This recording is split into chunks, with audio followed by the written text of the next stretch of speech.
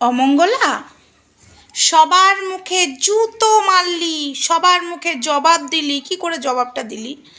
আর তুই যদি বেলেরাতে মন্দির করতে পারতিস, ওই যে চিটিংবাজি করে জায়গাটা নিয়েছিস সেখানে যদি মায়ের মন্দির করতে পারতিস, তাহলে তোর কথাগুলো বলা মানতো। ঠিক আছে, তোর দালালগুলোর এবং তোর এই কথাগুলো মানাচ্ছে না, একদম মানাচ্ছে না। বন্ধুরা, আমি জানি না যদি আমি লাইভে আসতে পারি, এখন আমি লাইভে এসছি সোমা ওয়ার্ল্ডের চ্যানেলে, বাট আমি যদি পরে লাইভে আসতে পারি রাত্রেবেলায়, কিছু বোঝাবো ওর দালালগুলোকে আর ওকে।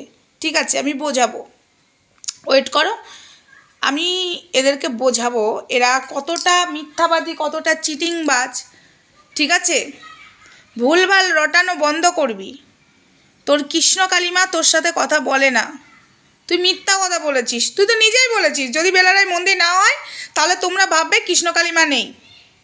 তো সেটাই ভাবছি, তোর কাছে কৃষ্ণ কালিমা নেই, যাদের কাছে আছে তাদের কাছে আছে। চত্বশো ঝ্যাটা খেগো, লাত খেগো, হারামজাদি মেয়ে ছেলে। আর একটা কথা, সবাই বলছে তুই তো খুব এই চ্যানেলে অনেক ভিডিও দিচ্ছিস, এখন দিচ্ছিস না কেন? কে বলছে দিচ্ছি না? আমি বড় ভিডিও দিচ্ছি না, আমি শর্ট ভিডিও ঠাকুরের ভিডিও দিচ্ছি, দেখতে পাচ্ছ না?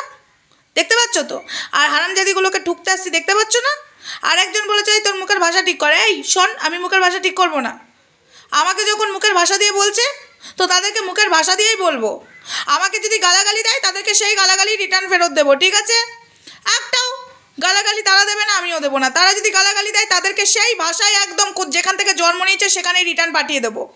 যা, হাট এখান থেকে। আরে অমঙ্গলা, তোর দালালগুলোকে কি খেতে দিচ্ছিস না, টাকা পয়সা দিচ্ছিস না? আলি, দাঁড়া, তোকে আমি আজ রাতে এলে আমি বুঝাবো, দাঁড়া।